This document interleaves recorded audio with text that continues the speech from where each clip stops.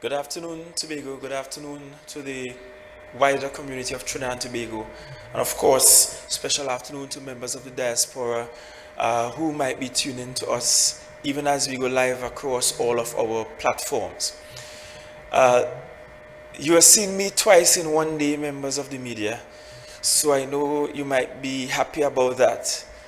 But regrettably, uh, the bills as carried before Parliament this morning did not quite pan out to the expectations of the average Tobagonian.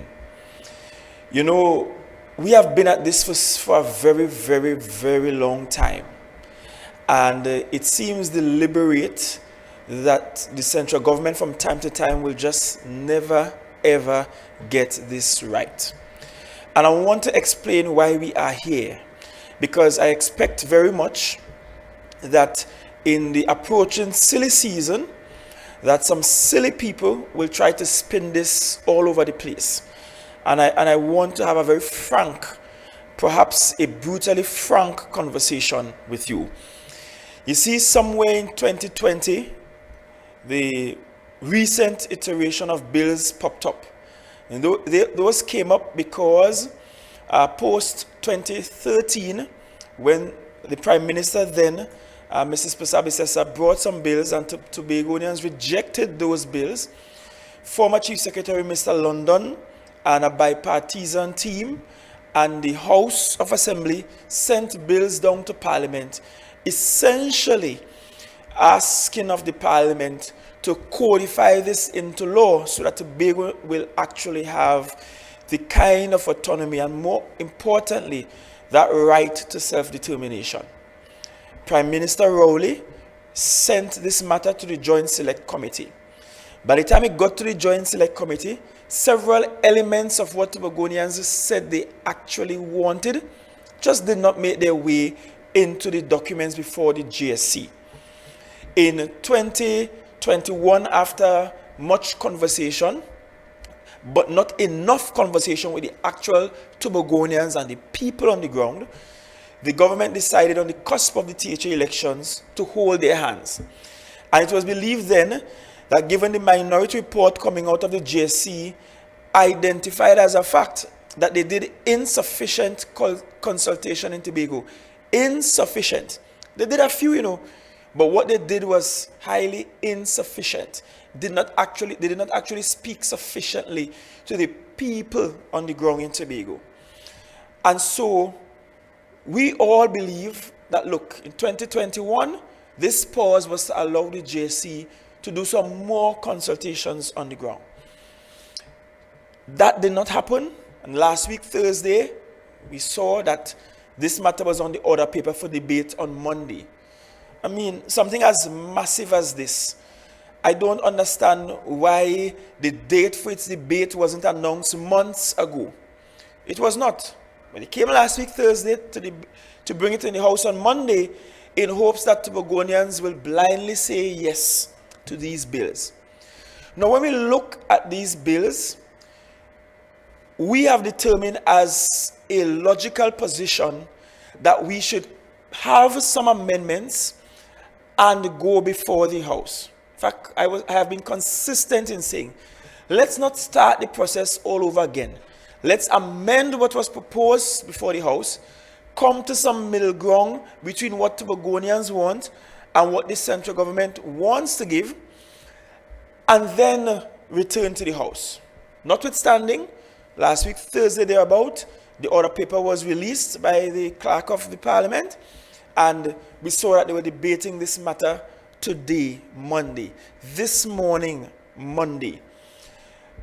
Over the weekend, we took some very long hours. I could tell you, some nights we were there after 2 in the morning, after 3 in the morning, discussing this matter and looking at what are some safe middle grounds to which we can ask the government to propose some amendments before the Parliament.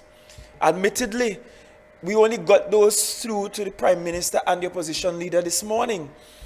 However, when we look at what was in those original bills, some things were just not tenable.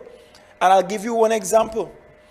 currently Act 40 of 1996, which is the current Tobago House of Assembly Act, over which we have some authority to preside over this island of Tobago. It gives us up to 6 miles of jurisdiction for our administrative control. Not legislative, because we can't pass laws, but administrative controls. It's for that reason, for example, why when your jetty is broken, such as the one in Palatavere, then you quarrel with me and the THA until you get it fixed.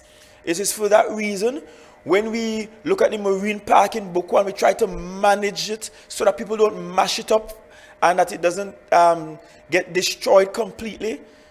That's the THA. That's why we have boats in and out of the marine park area, to the extent that we have to lend boats, the same fishing boats that they claim they don't want. We have to lend them from time to time to the national security apparatus so that they can do shoreline patrols. It's because we have up to 6 miles of waters for administrative control. In the current bills, if they were passed as they were, we will get 0. All our jurisdiction will be is the 116 square miles of land. That's it. And even in that, there are some areas that needed to be clearer. But let me take it a step further, because there were arguments on both sides about whether you could define Tobago in the way we want it to be defined, in accordance with international law.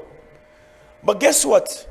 We were so happy to be able to come to a middle ground position. We said, okay, if you can't define Tobago, at least identify the jurisdiction of this new Tobago Island government as the 116 square miles, and include the waters surrounding Tobago as part of the jurisdiction of this new Tobago Island government, or this new Tobago House of Assembly. So you're not defining, but you're literally saying our jurisdiction or our powers covers the entire area that is to be defined as Tobago. That was a workaround. But sadly, our Prime Minister went to the Parliament today. And when I look at the amendments he proposed, clearly he didn't take much time to come up with those amendments. We really went to the Parliament today to pass these important bills, and the only amendments the government was willing to consider was whether we should call the head of the executive in Tobago Chief Secretary or Premier. Really? That's the best? As a matter of fact, in 2020 and 2021, Tobagonians rejected the term Premier. Tobagonians never wanted the term Premier. They said they did not want the term Premier at all. They rejected that term. But that's inconsequential, because it's just a title. It doesn't really mean anything different from being Chief Secretary. And the point is, of all the things that Tobagonians have said they wanted out of these bills, that is what you thought was the most important of the requested amendments. Nothing at all really substantial about this matter of defining and delineating what is Tobago's by way of assigning it to our jurisdiction. None of that at all. And I want to ask quite frontally, because you see, there are some mischief makers. They are not genuine. And anybody who go around this country trying to tell people that we don't need to get what Tobagonians are asking for, I am saying you are anti-Tobagonian. You are pseudo-Tobagonian. You are no real Tobagonian. You are not the real McCoy. It might be a babbling parrot, but not a McCoy. And so, when we have Tobagonians who sit and they are willing to deceive this population into saying, accept it, it good, it better. What absolute nonsense is that? Absolute nonsense. It cannot be better that now with Act 40 of 1996, the law gives us administrative controls for up to 6 miles, and you are moving to a new THA with 0 miles attached to it. That cannot be real. That cannot be right. That cannot be the considered position, certainly not of a Tobagonian. And so, what happened today was really a mockery of our parliamentary system, a mockery of democracy. It was evident that there was absolutely no will, no intent whatsoever to have anything pass. And there was a position that says, look, I don't care, I am in charge, this is what I put in there, if you don't want it, leave it. Really? Is that how we manage a democracy? No one man own this place, no one man in charge of want out of this arrangement, this relationship called Trinidad and Tobago. You cannot adhere to that. Then you're not deserving of the power that you hold. I'll add another one, because the Prime Minister, when he went to the Parliament, I think it's 2020, or maybe before, when he carried this thing and set it before a joint select committee, it might have been 2018, he listed out 4 primary things that Tobagonians wanted from these bills. And I want every right-minded Tobagonian to take some time again and read those bills. Take some time and read the amendments that they carry to the House today versus the amendments I propose and send to them. And the Prime Minister rightly then identified the 4 things as: 1, the need to define and delineate that which is the jurisdiction of the Tobago Island government. 2, that there must be equality of status or status between the island of Tobago and the island of Trinidad. And as I explained this morning, that is to do away with this concept that Tobago was made a ward of Trinidad and then a ward of Trinidad and Tobago. That is to get rid of that concept. And that should be placed in the Constitution and not in a preamble. Because as I explained this morning, a preamble does not really have any weight in law.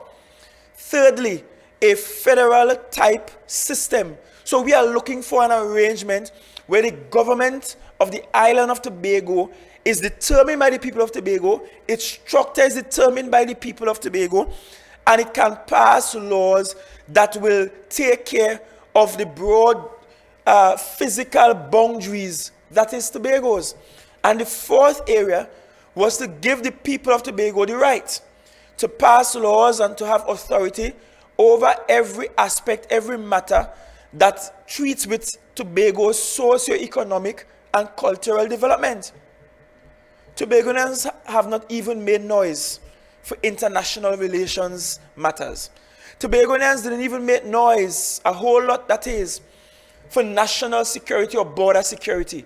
We just want control over island-based security, internal to the island state called Tobago. And yet, those simple matters we can't have. Opposite. Oh, take what you get now.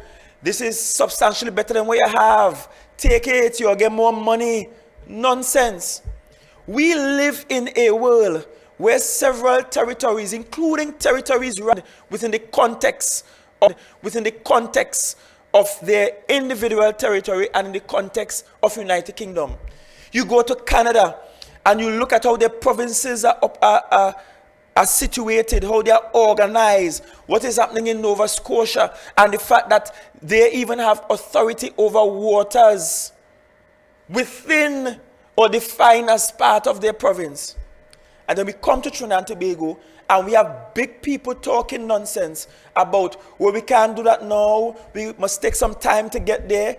And it will appear that every single time Tobago wants this matter, we have to stand in opposition to the PNM to get it. 1977, Tobago had to vote heavily against Eric Williams, run Eric Williams out of Tobago, and send down Robinson and Murray to get something, a little something passed. And that's how we got 1980.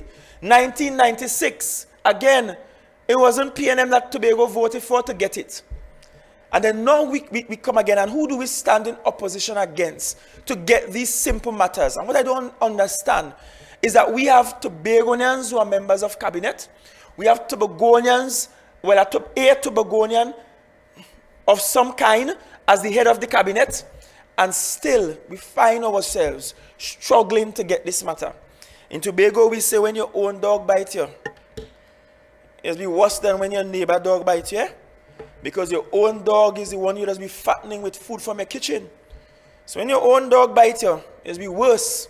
So you could imagine how Tobagonians feel disappointed today. And I felt it necessary to register quite firmly and strongly such disappointment. That those who are supposed to be for us, who are supposed to articulate measures that are beneficial to the people of Tobago, are the most anti-Tobagonian bunch of people we have seen anyway. They won't tell you, the fisher folk, that if we voted and supported what was there as it was, that all of your rights and authority over the marine space will be gone to somebody in Trinidad. And if we have to decide in the morning that we want to create some policy to treat with the sea warming and the bleaching that's happening at Speyside and elsewhere around the island, we'll have to go down to Trinidad and ask and beg on our knees for their permission. How is that right? And so, now that I've registered such disappointment in such strong terms, I want to reiterate a call I made on Tobago Day when I said that if the central government won't treat Tobago justly, if the central government won't give to Tobago what Tobago really and truly desires, and allows Tobago within the context of Trinidad and Tobago to say, yes, that might be embarrassing to Trinidad and Tobago, but so be it. We have tried enough. 1977 to present is a very long time. And long before we became an independent nation, Tobagonians like A. P.T. James and James Bigat were fighting for the same things. They died long before I was born. And here I am, several generations later, fighting for the same thing. It is my intent that my daughter's generation will not have to fight for the same thing. It is time for Tobago to get what Tobago desires out of this relationship. Let me take your questions.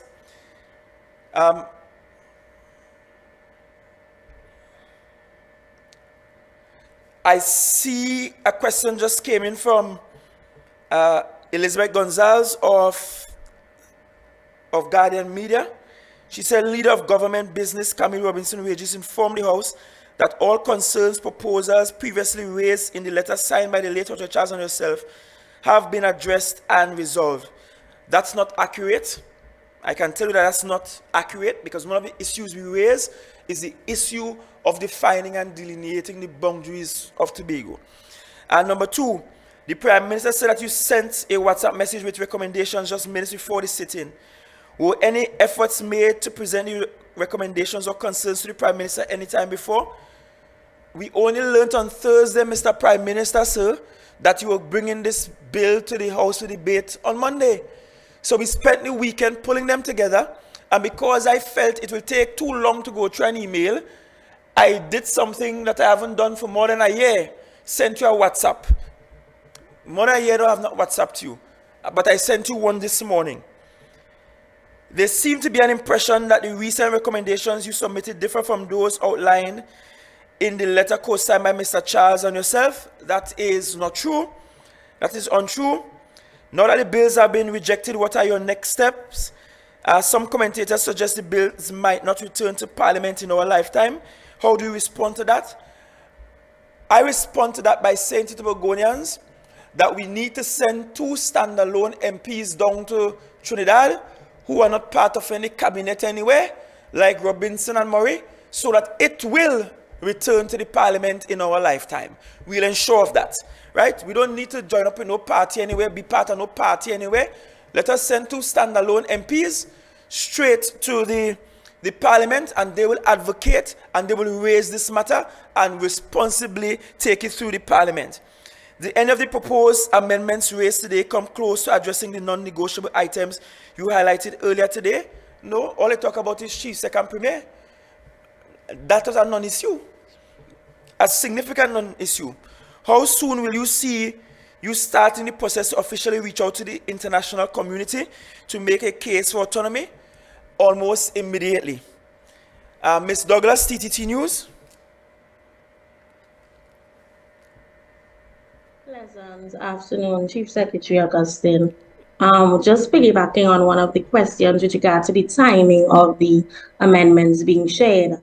We noted that from inception, when you all took up office, autonomy was a topic that you all spoke about. Even more so, when the reshuffle took place, you noted that you are going to take up the responsibility to really push, and that will be your focus, to push for autonomy. However, as we recognize that Thursday the announcement was made, and over the weekend, as you mentioned, you all came together, your legal team, going through the information. Why did you all take, for some persons who feel that, why take the weekend only? Why wasn't it already been part of the mission to go through these documents even before, so that these amendments could have been shared earlier? What would you say to that? Well, we have been going through those documents from before. We had an advisory council that was being led by Mr. Hochul Charles, that was doing the work, that was looking at international. I'm sure you would have heard long before the death of Mr. Charles, me announcing this committee and their work. So it will not be truthful to say that the only work we did was this weekend. This weekend saw a culmination of it. What was needed was for the Joint Select Committee to return to the people of Tobago and to go through these things. But I want to hasten to say to you that what was sent this morning is not new to the Prime Minister. Those are not new to the Trinidad via a bill done in the House of Assembly, almost 10 years ago. So it's not new information. Why are they behaving as though it's new information that's coming to them? But yes, the work of Autonomy for Tobago took on varying forms. So this is certainly not new. Any other question? Yes, Ms. Douglas, I see your hand up again. Yes, and following this morning's today's sitting rather, the minority shared their view that while it's the opposition that rejected the bill, it really they believe that it really is a demonstration of based on their words, you pushing a lack of unity in terms of the self-governance for Tobago. What would you say to that comment? The minority is made up of a bunch of fools that run around this place talking nonsense every day, right? And perhaps that's even more reason why the SRC report shouldn't be accepted. Because I can't pay these people to keep talking nonsense when the day come. Tobagonians have been united about what they want. Ask any Tobagonian. Tobagonians are very united about what they want. It's only the minority selling out Tobagonians and deciding that they will align themselves with their Trinidad handlers and masters and puppeteers instead of standing with the people of Tobago and standing on these issues. So they have consistently sold this island out. And you see, that's what you get from house slaves, because people who are house slaves somehow feel they're better than those of us who remain in the field. That's what they are. They are insisting on entrenching a neo-colonial relationship between Trinidad and Tobago instead of one of equality, instead of one where both islands are equal. That is the real problem there. It has nothing to do with disunity. Tobagonians are united in the PNM in the election of 2021. Tobagonians rejected PNM 14-1. That was a perfect litmus test about how Tobagonians felt about the 2021 bills. They were rejected by Tobagonians, and Tobagonians rejected the people who proposed them because Tobagonians wanted something better, something different. Tobagonians knew that what they actually sent down to the parliament and said they wanted, that the PNM was refusing to give it to them. So I am not going to waste much more time engaging in running their party. Look, Tobagonians don't want that, you know. Make sure you give Tobagonians what they want. But no, whatever the handlers in Trinidad say they will give, they jump up like some idiots popping up. Up goes the weasel, just saying yes, yes, yes, yes, yes. How high should I jump? Instead of actually standing in defense of Tobagonians. And I want to point out something to you that people don't even realize. In 2013 or thereabout, when Kamala brought her bill, Tobagonians rejected that 12-0 in the THA elections, because Tobagonians realized that that bill also did not accord unto the people of Tobago that right to self-determination. But here is what's laughable. After paying and run up and down this place and tell people, don't vote for Kamala and them, don't vote for Ashwa Jack and them, because they want to give you a bill that doesn't give 200 miles. Don't vote for them. We don't want no 8%. We want more money than that. Their bill that went to the parliament this morning only offers 6.9%, less than what they told Tobagonians to reject back in 2013. You see how hypocritical they are? A bunch of hypocrites, that's what they are. And Tobagonians of how dangerous these people are when it comes to fighting for their rights. They refuse to stand up for the rights of Tobagonians. Ms. Williams? Yes, good afternoon, Mr. Chief Secretary. In terms of the bill to repeal the THA Act, it was repealed and the Constitution Amendment Bill was not passed. They were not proclaimed. Can this lead to confusion? Well, it shouldn't. So let me explain. The Tobago Island Government Bill, which was passed, really and truly can't move forward to the Senate, which is what would have been required should both bills have passed. In other words, there are two houses of parliament. It's a bicameral system. The Constitutional Amendment Bill flopped in the lower house. The Island Government Bill passed in the lower house. So there is no law as we speak. It is unlikely that the government will go to the Senate.